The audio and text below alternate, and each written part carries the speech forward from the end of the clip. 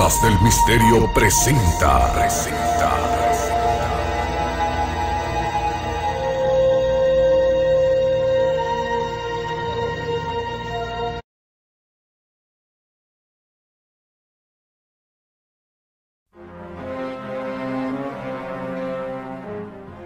Hace casi 2000 años, un grupo enigmático de personas que recibían el nombre de alquimistas se embarcaron en una misteriosa y peligrosa búsqueda. En laboratorios rudimentarios, arriesgaban su vida intentando fabricar oro. También pretendían hallar la sabiduría divina y el secreto de la inmortalidad. La búsqueda del alquimista es la búsqueda de la perfección. Los misterios abundan en la historia oscura de la alquimia. ¿Quedan todavía símbolos místicos de la alquimia en las grandes catedrales de Europa? ¿Fue un brillante alquimista del Renacimiento el primero en crear vida en un tubo de ensayo? ¿Enloqueció Isaac Newton, uno de los mayores cerebros de la historia, por su secreta obsesión por la alquimia? La ciencia del siglo XX puede haber demostrado las antiguas teorías que ya sostenían los alquimistas. Los físicos modernos han conseguido transmutar metales comunes en oro. ¿Poseían los maestros de alquimia una sabiduría secreta? ¿Qué buscaban en realidad? ¿Era la alquimia una simple búsqueda de oro o una búsqueda de Dios?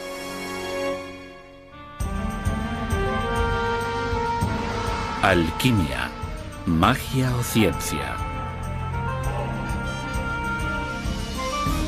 El sueño dorado.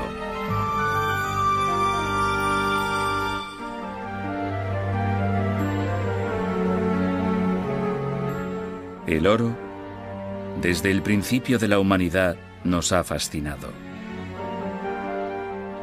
Muchos lo han codiciado por lo que se puede comprar con él. Otros lo han venerado como un símbolo de lo que anhelamos ser. El oro es el metal perfecto. Un anillo de oro no se corroe aunque esté sumergido en agua de mar. La plata, el hierro e incluso el plomo se degradan con el tiempo. Los faraones de Egipto fueron los primeros en extraer oro hace unos 5000 años. Quizás no es de extrañar que, en esta tierra de dioses y oro, la búsqueda de riqueza y del saber divino estuvieran destinadas a ser una misma cosa en la empresa enigmática y oculta que pretendía transmutar metales menores en oro y conseguir la perfección del alma humana, el antiguo arte de la alquimia.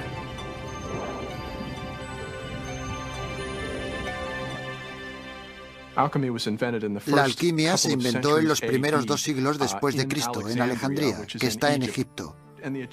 Los egipcios eran famosos por entrelazar complejas prácticas espirituales con, por así decirlo, no menos simples prácticas tecnológicas. Los orígenes de la alquimia son tan difusos que nadie sabe exactamente qué significa la palabra alquimia. Algunos eruditos atribuyen su procedencia a la palabra egipcia kem, que significa fértil barro del Nilo que prolonga la vida. Otros creen que procede de la palabra griega hima, que significa verter o echar. Desde el principio, los alquimistas ocultaron deliberadamente sus secretos al mundo. La alquimia no estaba concebida para que la comprendiera el pueblo llano. Se consideraba que solo los escogidos por Dios, los iniciados que conocían aquel lenguaje, los capaces de leer sus símbolos y los que eran realmente puros, podían alcanzar aquel maravilloso saber. El más famoso de los alquimistas egipcios fue Zósimo de Panópolis. Vivió en Alejandría en el siglo III después de Cristo.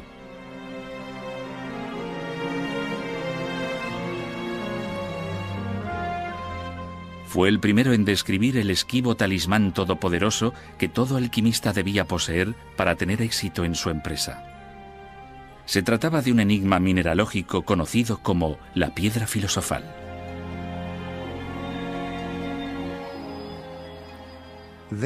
Existe una piedra que no es tal piedra, un objeto precioso que carece de valor, un ente multiforme que no tiene forma, una cosa desconocida que todos conocemos. Zósimo de Panópolis.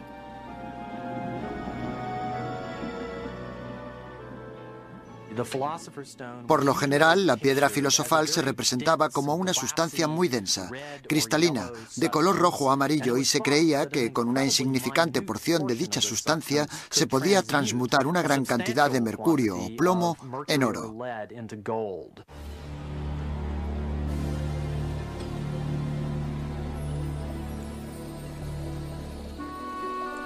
Pero la piedra filosofal era algo más que la clave para obtener extraordinarias riquezas. Los alquimistas creían que quien poseyera la piedra tendría en sus manos el poder divino de conceder la vida eterna.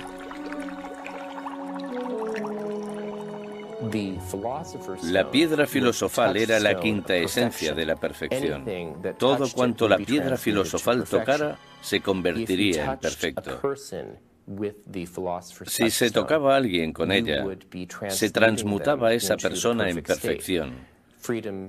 Se la liberaba de todas las dolencias fruto de la edad, enfermedades, males y, por supuesto, de la muerte. En sus talleres oscuros, calurosos y llenos de humo, los alquimistas se esforzaban por crear la piedra filosofal siguiendo antiguas fórmulas místicas, mezclando, fundiendo y disolviendo minerales en un extraño proceso al que llamaban transmutación, parte metalurgia, parte mitología.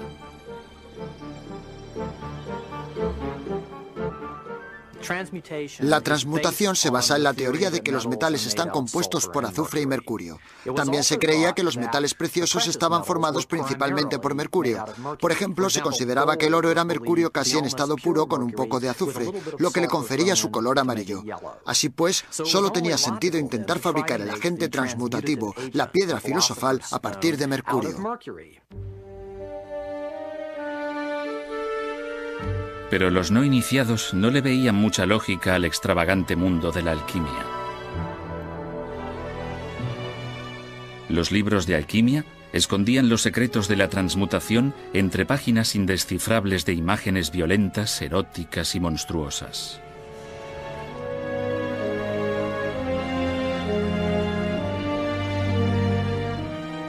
Incluso a los eruditos que han hecho del estudio de la alquimia su profesión, les desconcierta a menudo su fantástico código de símbolos.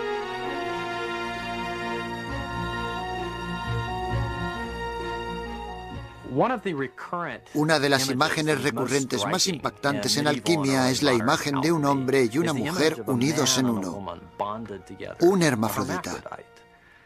Me gustaría saber exactamente qué tenían en mente los alquimistas al utilizar esta imagen tan extravagante y grotesca. Por una parte, parece simbolizar la unión entre lo volátil y lo estable, lo no volátil. Por otra parte, la unión entre el cuerpo y el alma. Y por otra, la unión entre el bien y el mal. Valdría la pena contar con un alquimista y presionarlo acerca del significado de este símbolo hermafrodita.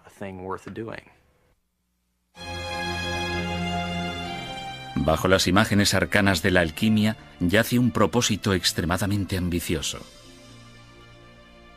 Los alquimistas pretendían nada más y nada menos que desvelar el misterio último de la creación. La alquimia constituía la búsqueda del secreto de la vida. La gente creía que todos los metales, plantas y animales crecían, que todos compartían una misma propiedad, la vida. De modo que cuando un alquimista trabajaba en el laboratorio e intentaba imitar la naturaleza, intentaba imitar el crecimiento del oro en la tierra o la maduración del oro en la tierra, creía estar buscando el secreto de la vida.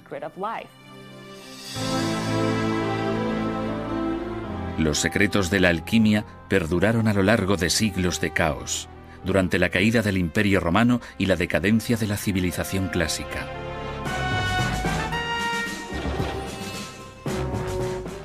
En el año 643 después de Cristo, el ejército musulmán de Mahoma conquistó Egipto. Mientras Europa languidecía en su oscura época medieval, fueron los alquimistas árabes quienes cultivaron y perfeccionaron el arte de la alquimia.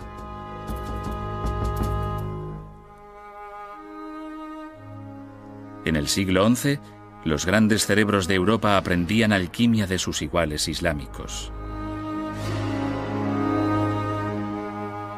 A pesar de la oposición de la Iglesia católica, el arte secreto prosperaría en la Edad Media.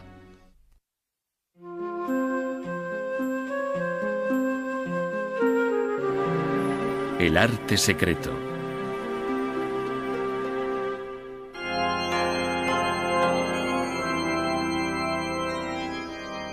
La Catedral Gótica, una oración grabada en piedra. Construidas en los siglos XII y XIII, estas imponentes y elegantes iglesias constituían el máximo esplendor de la cristiandad medieval. Había también en sus deslumbrantes fachadas símbolos místicos ancestrales, iconos alquímicos condenados por el Vaticano. Algunos creen que sí.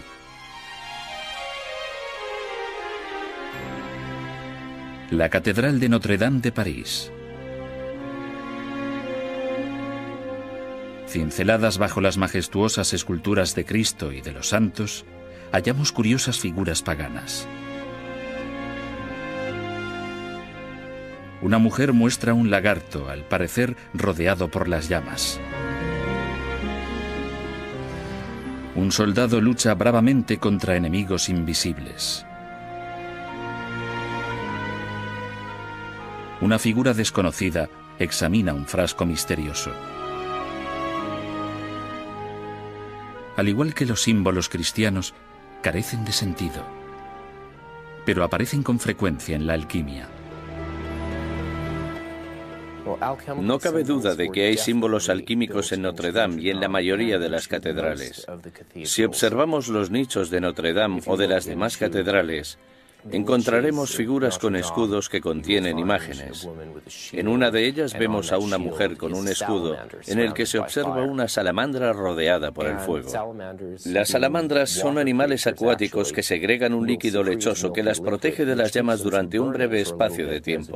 Es posible que resistan lo suficiente como para salir ilesas de entre las llamas, de modo que en la época medieval surgió la creencia de que la salamandra era una criatura del fuego y por tanto inmune a él. El significado de las misteriosas imágenes de Notre-Dame sigue siendo polémico. A pesar de todo, los alquimistas siguieron con su antigua búsqueda secreta durante la Edad Media, a veces desde el mismo seno de la Iglesia Católica.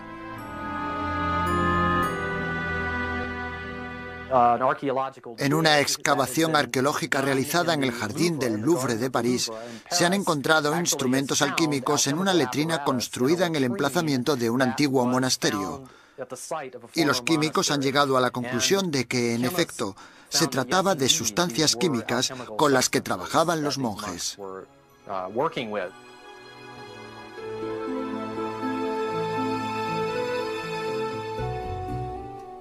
Uno de los alquimistas más famosos del mundo medieval fue un fraile inglés del siglo XIII llamado Roger Bacon, considerado el científico más brillante de su tiempo.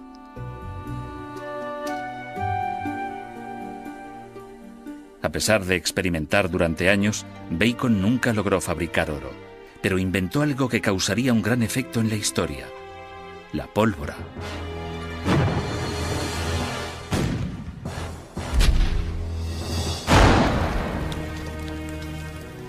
A medida que la fama de Bacon se extendía, también se extendieron rumores siniestros sobre lo que ocurría en su laboratorio.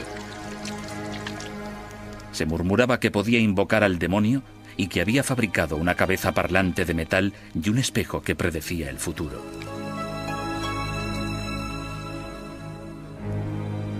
Aquellos rumores eran más de lo que los superiores eclesiásticos de Bacon podían tolerar. En 1284, el Papa hizo que encarcelaran al monje acusándolo de herejía. El mayor alquimista de la Europa medieval pasó el resto de sus días en prisión. Otros tuvieron destinos más funestos. La gente asociaba el azufre con el demonio. Así que si entraban en tu laboratorio y olía a azufre, no cabía duda de que habías estado conjurando al demonio. Por este motivo, muchos alquimistas medievales murieron en la hoguera acusados de brujería.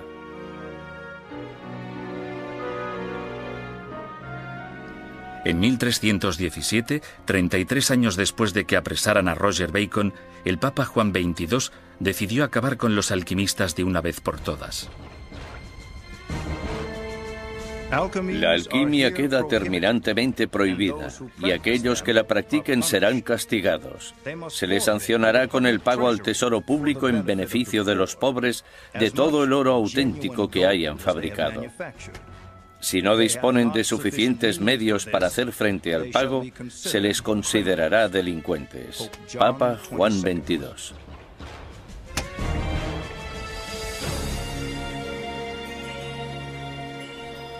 A pesar de la prohibición papal, muchos alquimistas perseveraron a sabiendas de que su vida corría un grave peligro, tanto por aquellos que les perseguían físicamente como por las sustancias que manipulaban a diario. Hay que recordar que la mayoría de alquimistas experimentaban con mercurio y azufre. Entre los compuestos químicos que pueden elaborarse con estos elementos se incluyen el fulminato de mercurio, que es el principal componente químico de los detonadores, y todos los distintos compuestos de azufre que se usaba para la pólvora. Si el hacer fulminato de mercurio se vertía en el momento equivocado, se podía hacer volar el horno a uno mismo y el laboratorio entero, hecho que sucedía muy a menudo en la Edad Media. Algunos quedaban mutilados y muchos otros simplemente desaparecían para siempre. Mientras algunos perdían la vida en explosiones y otros sucumbían bajo la mano de hierro de la Iglesia, un alquimista medieval podría haber hecho realidad el sueño ancestral de su arte secreto, descubrir la piedra filosofal.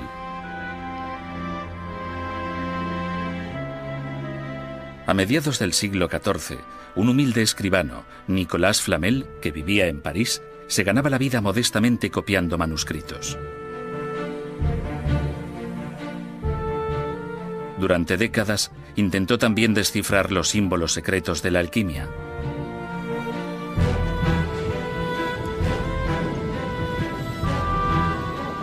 Flamel afirmó que el 17 de enero de 1382 había logrado finalmente convertir mercurio en oro puro. Aunque esta historia parezca ficticia, los registros municipales del París medieval recogen un hecho sorprendente. Antes de morir a principios del siglo XV, Nicolas Flamel y su esposa habían financiado 14 hospitales, 3 capillas y 7 iglesias. ¿Cómo pudo permitirse un modesto escribano dar tal fortuna para fines benéficos? Hoy en día todavía se especula sobre ello.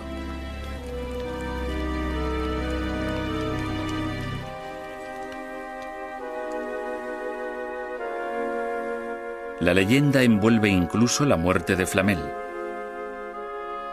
Durante siglos se ha rumoreado que la piedra filosofal le había concedido otro de los sueños de los alquimistas, la vida eterna.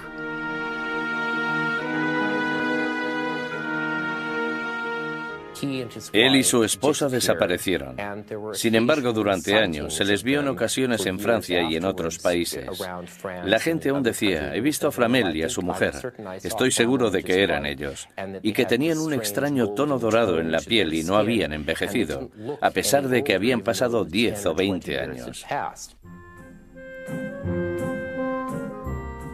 En 1818, unos 400 años después, apareció en las cafeterías de París un hombre que decía ser Nicolas Flamel y que se ofrecía a revelar los secretos de la piedra filosofal.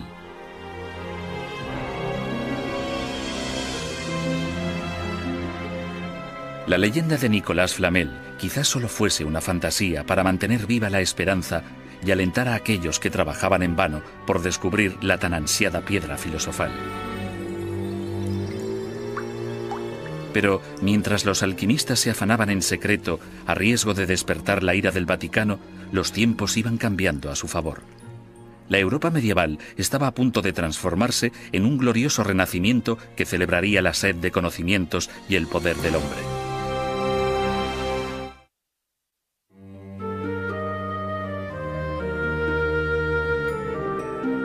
Científicos y curanderos.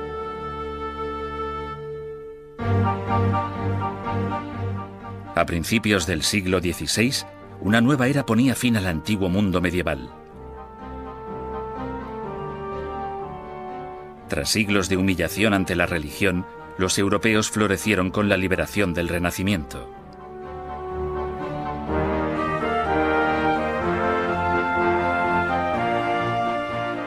El hombre dejó de limitarse a ser parte de la creación divina.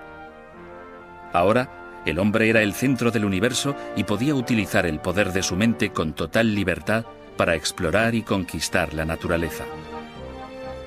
Había llegado el momento de que la alquimia saliera de entre las sombras de la Edad Media a la luz deslumbrante de una nueva era. El Renacimiento fue realmente la edad dorada de la alquimia, puesto que se practicó muchísimo en aquella época. Los príncipes de toda Europa contaban con alquimistas en sus cortes. La corte invertía mucho dinero en teatro y espectáculos de todo tipo, y la alquimia formaba parte de dichos espectáculos.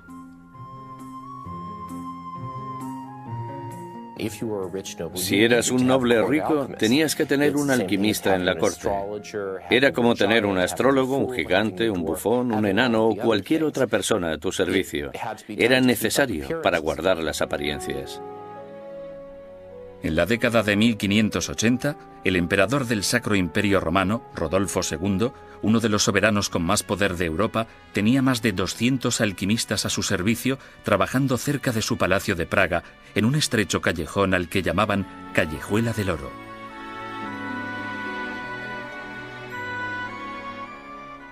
Para los alquimistas, los mecenas aristócratas supusieron el fin de sus problemas financieros y el principio de nuevas preocupaciones.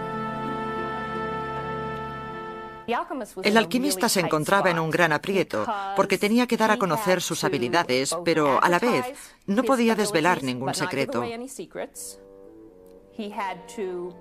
Tenía que demostrar que era bueno en su trabajo transmutando plata, plomo o cualquier otro metal en oro. Y si no lo producía con suficiente rapidez, podía estar en apuros.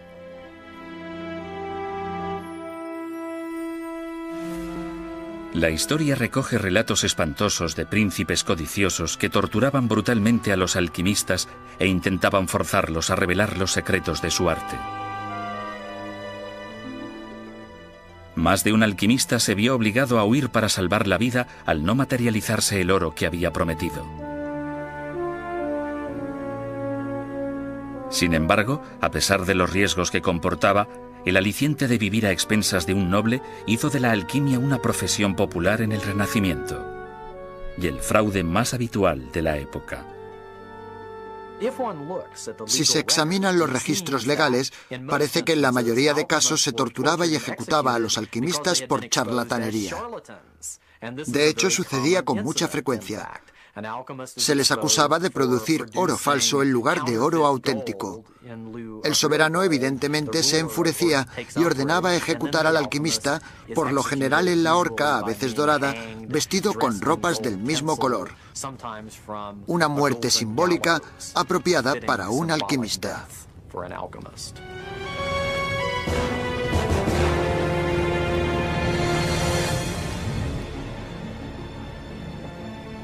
No obstante, existen informes acerca de transmutaciones reales. Hoy en día nos sorprenden este tipo de misteriosas afirmaciones. ¿Cómo pudieron realizar los alquimistas del siglo XVI la tarea, al parecer imposible, de la transmutación? La respuesta puede yacer en aquel antiguo dicho famoso: no es oro todo lo que reluce, por lo menos no oro puro.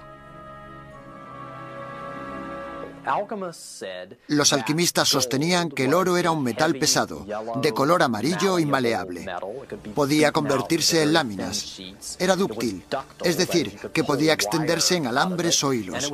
Y era muy difícil o incluso imposible que se corroyera. Por tanto, cualquier metal que cumpliera estas condiciones sería oro por definición. Y parece ser que en determinados casos fueron capaces de producir aleaciones que las cumplían.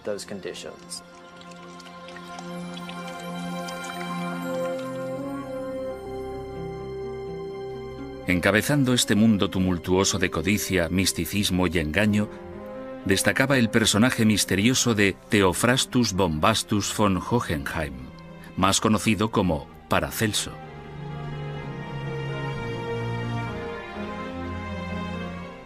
Fue uno de los hombres más problemáticos de la historia. De su segundo nombre, Bombastus, surgió en español el adjetivo bombástico, que hace referencia a aquellos que son excesivamente pretenciosos y grandilocuentes. Pero a pesar de su presuntuosidad, Paracelso tenía mucho de qué presumir, puesto que fue él quien dio a la alquimia una nueva y noble utilidad. Mientras los demás alquimistas de su tiempo se esforzaban en conseguir oro para los príncipes, Paracelso utilizaba el arte secreto para remediar el sufrimiento humano. Paracelso es uno de los personajes más extravagantes de la historia de la medicina. Fue muy respetado, pero también muy odiado.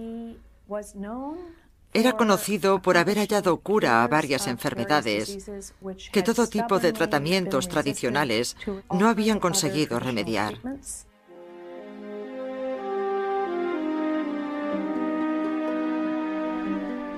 En contra de la superstición medieval, según la cual los mineros morían porque al excavar ofendían a los iracundos espíritus de la montaña, Paracelso demostró que morían de enfermedades pulmonares debido al polvo mineral que inhalaban. Y cuando Europa fue devastada por una nueva y terrible enfermedad llamada sífilis, que habían transmitido los exploradores de las Américas, se atrevió a buscar una cura en una de las sustancias que la alquimia consideraba más peligrosas. Paracelso abogaba por el uso de mercurio para tratar la sífilis. Y aunque sabemos que el mercurio, en estado puro, es bastante tóxico para el cuerpo humano, tratado químicamente, puede transformarse de forma que no sea letal para el hombre.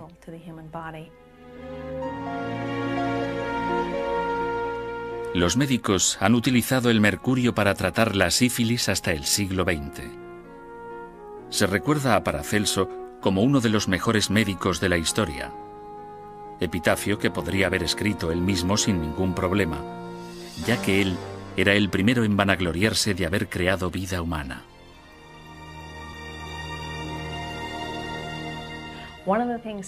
Una de las cosas que afirmaba ser capaz de hacer en su laboratorio era producir artificialmente en su tubo de ensayo de cristal y con ayuda de sus instrumentos químicos un ser humano en miniatura, al que llamaba homúnculo. Lejos de ocultar cómo había creado a su homúnculo, Paracelso publicó abiertamente la fórmula. En un recipiente hermético se introducía esperma humano. Luego se enterraba durante 40 días en excrementos de caballo. Después se imantaba y finalmente se le alimentaba con sangre humana. El resultado, según Paracelso, era un ser humano totalmente funcional. Puede criarse y educarse como cualquier otro niño, hasta que crezca y sea capaz de valerse por sí mismo. Paracelso.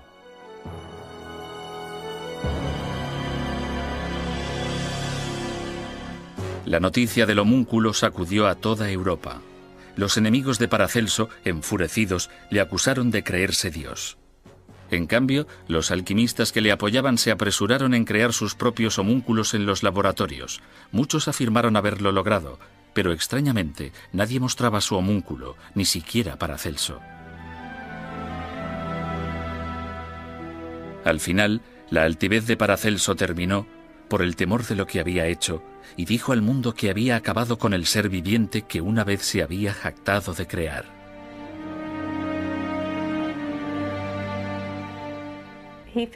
Pensaba que era moralmente ofensivo dar vida a una criatura que carecía de alma. ¿Por qué no tenía alma aquella criatura? Solo Dios podía conceder alma al ser humano.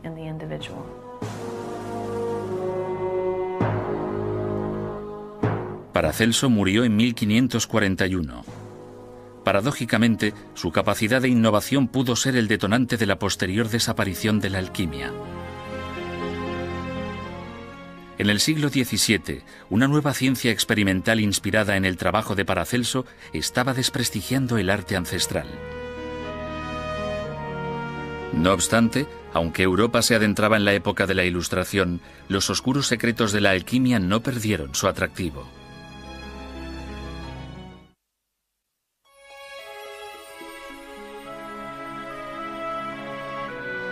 Genio y locura.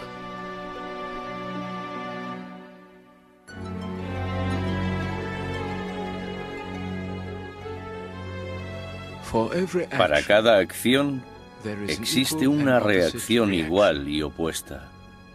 Isaac Newton, 1666. Sir Isaac Newton, descubridor de las leyes de la gravedad y del movimiento, inventor del cálculo y del telescopio de reflexión, fue quizá el mayor científico de la historia, comparado únicamente con Albert Einstein.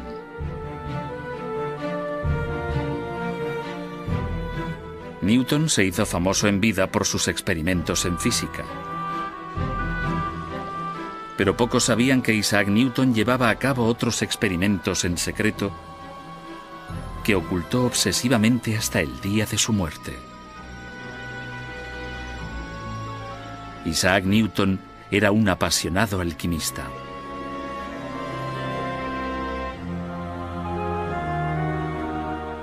En 1936, 200 años después de la muerte de Newton, los estudiosos se sorprendieron al descubrir notas escondidas hacía mucho tiempo de los experimentos alquímicos del gran físico. Había escrito más de 1 millón de palabras acerca del arte secreto. Su sobrino, Humphrey Newton, fue testigo de sus experimentos en el campo de la alquimia. Especialmente en primavera y en otoño solía pasarse 6 semanas en el laboratorio sin apenas apagar el fuego ni de día ni de noche. Nunca pude llegar a saber cuál podía ser el objetivo de sus experimentos. Pero su diligencia me hacía pensar que esperaba conseguir algo más allá del alcance del arte y de la industria del hombre. Humphrey Newton.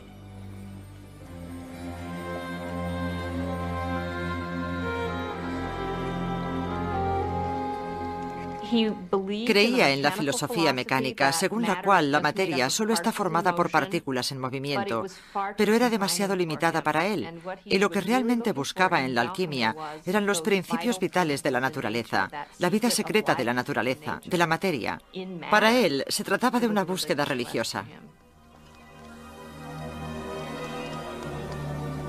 Algunos eruditos opinan que en la alquimia puede hallarse la clave de uno de los episodios más desconcertantes de su vida. A los 51 años de edad, Newton envió extrañas cartas a sus amigos más cercanos. Estaban llenas de acusaciones extrañas, de quejas acerca de incidentes que nunca habían ocurrido, y en ellas declaraba que nunca volvería a dirigirles la palabra. También se quejaba de insomnio y de misteriosas indisposiciones. Este extraño episodio desconcertó a generaciones enteras de eruditos, hasta que la obsesión de Newton por la alquimia salió a la luz. El insomnio, la pérdida de memoria y los delirios paranoicos son síntomas típicos del envenenamiento por mercurio. ¿Hizo la alquimia que uno de los mayores intelectos del mundo perdiera el juicio temporalmente? Los alquimistas trabajaban constantemente con mercurio, que era el elemento central en la teoría alquímica. Probaban cosas, se las ponían sobre la lengua para ver si eran ácidas o dulces, se las frotaban en la piel, las olían y trabajaban con una especie de humo en el laboratorio. No me sorprendería que Newton se hubiera envenenado con mercurio.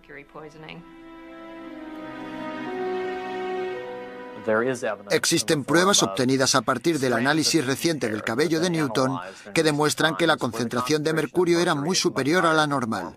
Por tanto, me parece del todo plausible que Newton sufriera de inestabilidad mental en un momento dado de su vida a resultas de la experimentación alquímica.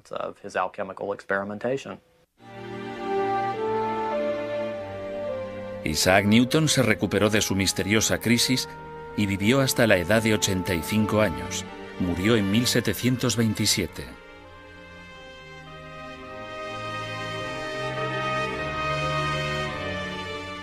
En los últimos años, confesó a sus amigos que echaban mucho de menos la alquimia y que, si fuera más joven, según sus propias palabras, daría otro toque a los metales. Pero a finales del siglo XVIII, los científicos respetables ya no creían que los metales fueran seres vivos. Tan solo unos pocos excéntricos y estafadores seguían practicando la alquimia. Tras siglos fascinando a los mayores cerebros de Europa, la alquimia parecía destinada a convertirse en la chatarra de la historia, una reliquia obsoleta perteneciente a un pasado iliterato. Pero el ancestral arte místico se negaba a morir.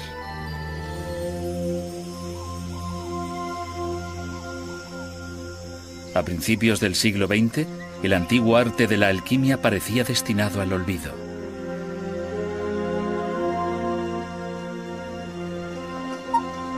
Hacía tiempo que había quedado relegado a una mera curiosidad histórica.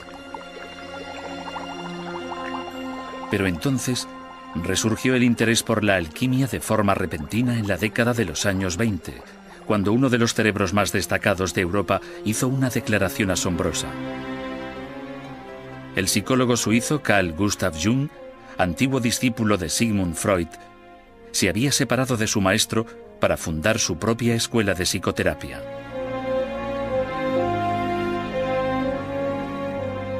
En un informe, Jung explicaba que sus pacientes veían imágenes misteriosas y fantásticas en sus sueños, imágenes que afirmaban no tener ninguna relación con su vida personal.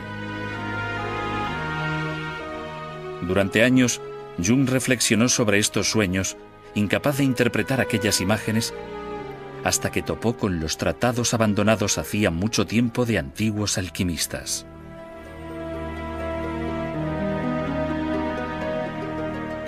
Examinando sus símbolos arcanos, Jung descubrió para su asombro que eran muy parecidos a las imágenes que aparecían en los sueños de sus pacientes. Estaba convencido de que las extrañas imágenes de la alquimia eran mensajes de curación física procedentes de las profundidades del inconsciente que se aparecían a las almas atormentadas de todos los tiempos.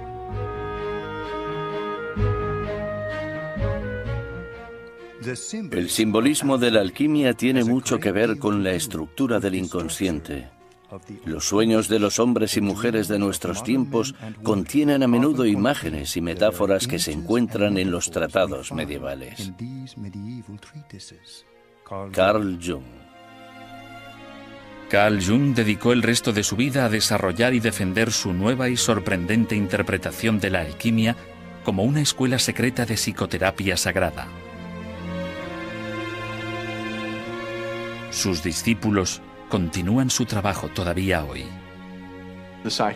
La psique se encuentra en la oscuridad y debe ser liberada, igual que el oro se obtiene de la materia en la alquimia.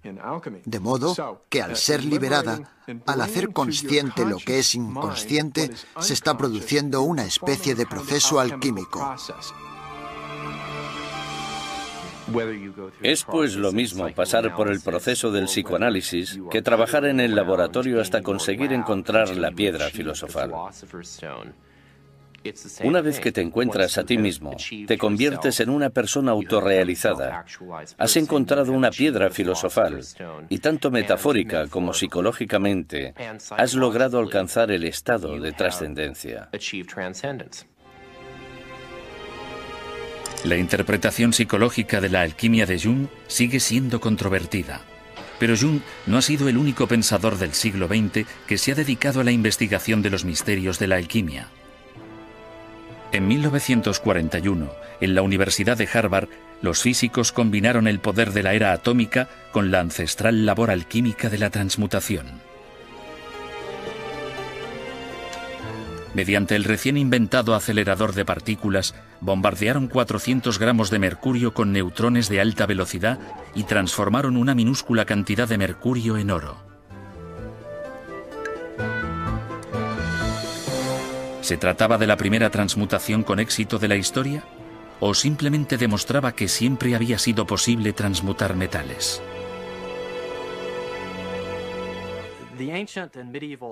Los alquimistas no disponían de la energía que hay en un acelerador nuclear moderno o ciclotrón. Y de hecho, no es justificación suficiente para pensar que los alquimistas fuesen capaces realmente de transmutar metales solo porque los físicos modernos sí pueden.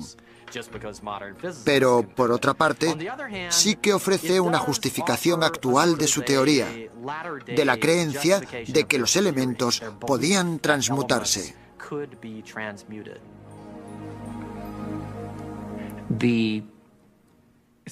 Quizás bombardear mercurio con radiación hasta crear oro sea el modo más complicado de llevar a cabo la transmutación de metales. Quizás haya un método más sencillo de transmutación, encerrado en los manuscritos de los alquimistas y en los grabados de la catedral. El experimento realizado en Harvard, por el cual se obtuvo una minúscula transmutación de oro, no supone, a mi modo de ver, una justificación de la alquimia, aunque es un experimento interesante. Lo que me parece importante es intentar encontrar la energía subyacente que el alquimista concibió y con la que trabajó. Creo que no es tan importante demostrar que es posible transmutar metales. Para mí, eso es un hecho.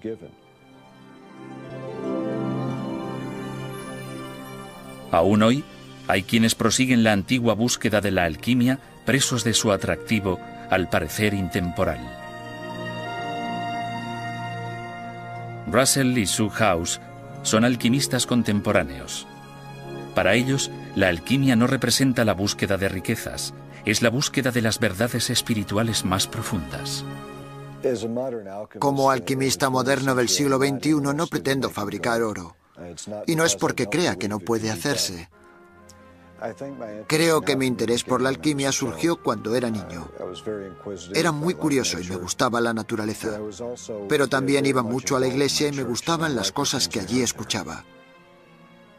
Pensaba que si la gente veía lo que yo había visto con el microscopio, se daría cuenta de que es evidente que existe alguna especie de Dios.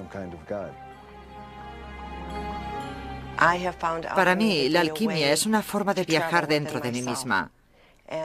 Por eso no se trata solo del proceso de ver cómo se lleva a cabo un experimento, sino que el experimento se produce en mi interior y descubro partes de mí que ni siquiera sabía que existían. Me apasiona ser capaz de incorporarla a mi vida y utilizarla y crecer a partir de ella. El misterio de la alquimia sigue intrigándonos y nos transporta a la ansiada búsqueda del oro, de Dios y de la vida eterna. Un sueño que todavía hoy es tan poderoso como lo fue a lo largo de los últimos 2000 años.